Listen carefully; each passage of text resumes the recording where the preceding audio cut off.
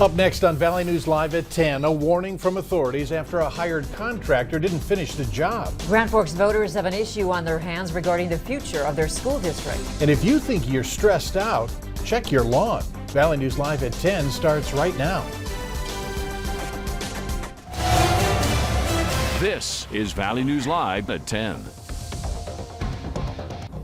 North Dakota's Attorney General has a reminder to homeowners to use caution when hiring a contractor to do work on your home. Valley News Team's Nishay Taylor has more on what prompted the warning. Some homeowners in Grand Forks say they have been taken advantage of by a local company they contracted to make updates to their home. The business in question is Mendoza's Masterpiece, which specializes in home painting. The owner of that business is Elliot Mendoza. He was recently charged with a felony for writing bad checks. Some of those homeowners expressed on social media they paid Mendoza money up front, but he never delivered on the service requested.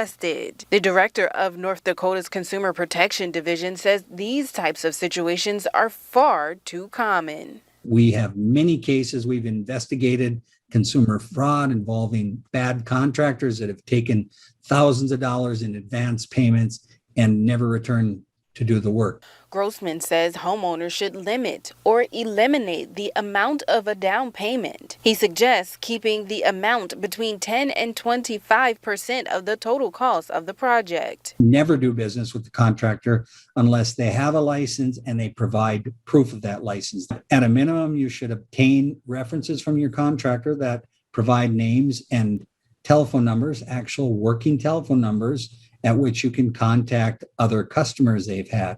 Grossman also explains some businesses do not need a license if the project amount does not exceed $4,000. But if you're using an unlicensed contractor, he recommends you research the company and make sure all services are clearly explained in a written contract. Nishay Taylor, Valley News Live. We reached out to Mendoza for a comment, but the number listed for his business has been disconnected. He is also expected to appear in court at the end of the month. Moorhead police tonight briefly arrested a woman involved in what was described as a large disturbance at Moorhead's courtyard by Marriott Hotel. That's where a conference was being held on opposing a controversial education theory. When police got there, they say there were several isolated arguments that they tried to defuse. Vanessa Renee Clark from Fargo was cited for misdemeanor disorderly conduct and then let go. Others could face charges. Fargo police are reporting a 203% increase in the amount of overdose reports between 2019 and 2020. The owner of Beth's Place, an addiction treatment center in Moorhead, says she has seen the biggest increase in overdoses in 18 to 25-year-olds. It's an epidemic that I think we've been dealing with for a long time, and unfortunately we can't arrest our way out of it. We need to be putting more services in place, making access to care more accessible, dealing with this, helping these kiddos or these young adults that are struggling and getting them into care. It's the only way that they're going to recover. Kosowski adds COVID-19 lockdowns played a role in the dramatic increase, but more services need to be available to get people help and turn this scary trend around. In Grand Forks, voters will be deciding on an $86 million bond issue. If approved, the money would not only build a new mega school, but eliminate several others. And many on both sides of the issue have serious concerns. Valley News Team's Stacey Van Dyke brings us this story from Grand Forks. This school as it is now, would this cease to exist? Yes. A special election in Grand Forks has the city quite literally divided. It all centers here, where Valley Middle School now stands. It's not just a vote to build a new school. There are several moving parts, but at the heart of it, a yes vote would turn this space into a 243,000 square foot mega school, capable of housing 1,000 students in kindergarten through 8th grade. We need to invest in our schools because our schools are such a huge part of our community. At the same time, a yes vote would consolidate Valley Middle School and 3 elementary schools, West, which has already closed, along with Wilder and Winship, and it would come at a cost to taxpayers. We're fighting every day to cut, $500,000 to $1.5 million each year out of property tax, and if the school board drops 39 mils, it's kind of like all our work is for naught. Price tag aside, the group leading the Vote No push says ripping out these small neighborhood schools comes at too high a cost. All of my kids went to this school, yes, and they had a wonderful experience. I would be a lunatic to vote yes. The people that it is supposed to affect and supposed to get this great shiny new school don't even want it. They want what they have. Another issue for many is transportation. In this district, busing costs money. And from Wilder Elementary here to the site of the new school is more than a mile. I walked from my home in Riverside to Valley, and it took 35 minutes as an adult walking. We can't fix transportation when we have all of these other big fixes in all of our buildings as well. And Melissa says this money is essential for students in Grand Forks to thrive. We've already lost 2 programs. We don't want to continue to lose more programming. Vote no, keep some more of your money in your own wallet, and watch the kids get an amazing education in the buildings that already exist. Valley needs to be replaced. So we don't want it to end up where something happens, they close, and then where do you put 600 kids?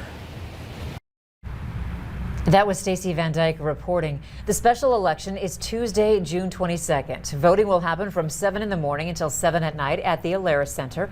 You can also vote absentee in person all of this week from 8 a.m. to 5 p.m. at the Grand Forks County Building. The International Music Camp at the Peace Gardens has been canceled for the second year in a row, at least at the traditional camp that straddles the U.S.-Canadian border. But the camp is coming to other parts of North Dakota. Organizers are setting up small regional day camps in 4 cities in June and July. Each on-the-road concert band program will last 3 days. There'll be one in Grand Forks July 15th through the 17th at Poplar's Music, and in Fargo July 19th through the 21st at NDSU's Reinecke Fine Arts Center. The program will also stop in Bismarck and Minot. Both middle and high school students can attend. Registration is open on the International Music Camp website. It feels great to be able to get back to in-person music making, and we're really excited to see some of our longtime campers and to meet some new campers and to interact with our faculty again. Each camp needs a minimum of 20 participants and a maximum of 40. The U.S. Senate has passed a bill to make Juneteenth a federal holiday. It still needs to pass the House before going to President Joe Biden's desk. The bill designates June 19th, 2021 as Juneteenth Independence Day. It's in recognition of June 19th, 1865, the date on which news of the end of slavery reached slaves in southwestern states. The U.S. Central Command is reporting the ongoing U.S. troop withdrawal from Afghanistan is more than 50% complete. The Defense Department has handed over 6 facilities to the Afghan Ministry of Defense. Nearly 14,000 pieces of equipment were also handed to the Defense Logistics Agency for destruction. President Joe Biden has pledged to withdraw all troops from the war-torn nation by September 11th. This year will mark the 20th anniversary of the 9/11 attacks that triggered U.S. involvement in the country. President Biden has scored a big border wall win. A congressional watchdog says his pause on construction is legal. Today, the U.S. Government Accountability Office found the president did not violate the law. On his first day in office, Biden issued a proclamation that stopped the wall construction projects until further review. It also ended the declaration former President Donald Trump used to dip into additional money to fund the build. The GAO ruled the Biden administration was within its authority to delay that spending. Federal investigators have launched a review of the National Institutes of Health's grant program. They're looking at how grants are monitored within the NIH and whether the recipient used the funds in accordance with federal requirements. This comes after it was revealed the NIH gave hundreds of thousands of dollars to EcoHealth Alliance, which then helped fund coronavirus studies at China's Wuhan Institute of Virology. North Dakota's flu season has been an unusual one. Last season, there were just under 12,500 cases. This season, only 224. Health officials say a variety of factors may have played a role in the low numbers.